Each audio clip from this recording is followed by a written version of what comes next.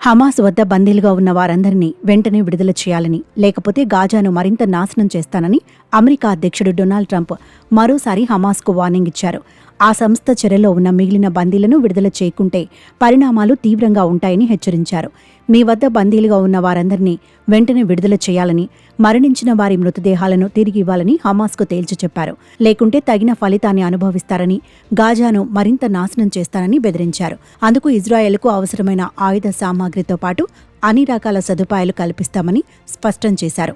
తాను చెప్పినట్లు చేయకపోతే హమాస్కు చెందిన ఒక్క వ్యక్తి కూడా సురక్షితంగా ఉండడని, మీ చెరలో బందీలుగా ఉండి ఇటీవలి విడుదలైన వారిని నేను కలిశానని ట్రంప్ అన్నారు. హమాస్కు ఇదే చివరి హెచ్చరిక అని చెప్పారు. గాజా ప్రజల కోసం అందమైన భవిష్యత్తు వేచి చూస్తోందని, ప్రజలంతా ఆ ప్రాంతాన్ని విడిచిపెట్టండని ట్రంప్ తెలిపారు.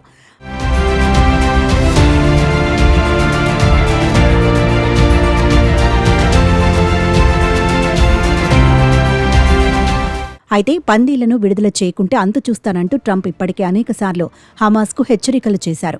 ఈ క్రమంలోనే ఇటీవలి అమెరికా పర్యటనకు వెళ్లిన ఇజ్రాయెల్ ప్రధాని నెతన్యాహుతో గాజాలోని పరిస్థితులపై చర్చించిన అనంతరం గాజాను స్వాధీనం చేసుకుని పునర్నిర్మిస్తామని చెప్పారు. పాలస్తీనియన్లు పశ్చిమాసియాలోని వేరే ఏదైనా ప్రాంతానికి వెళ్లి శాశ్వతంగా స్థిరపడాలని సూచించారు. కాగా ఈ ప్రతిపాదనలను సౌదీ, జోర్డాన్తో సహా మిత్ర దేశాలన్నీ వ్యతిరేకించాయి.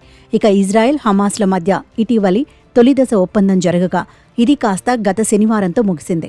దీంతో ఈ ఒప్పందాన్ని మరోసారి పొడిగించాలని అమెరికా ప్రతిపాదించింది.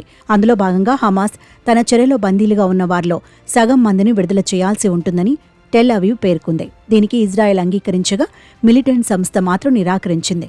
ఈ క్రమంలోనే బందీలను వెంటనే విడుదల చేయకపోతే గాజాను నాశనం చేస్తామని మరోసారి వార్నింగ్ ఇచ్చారు.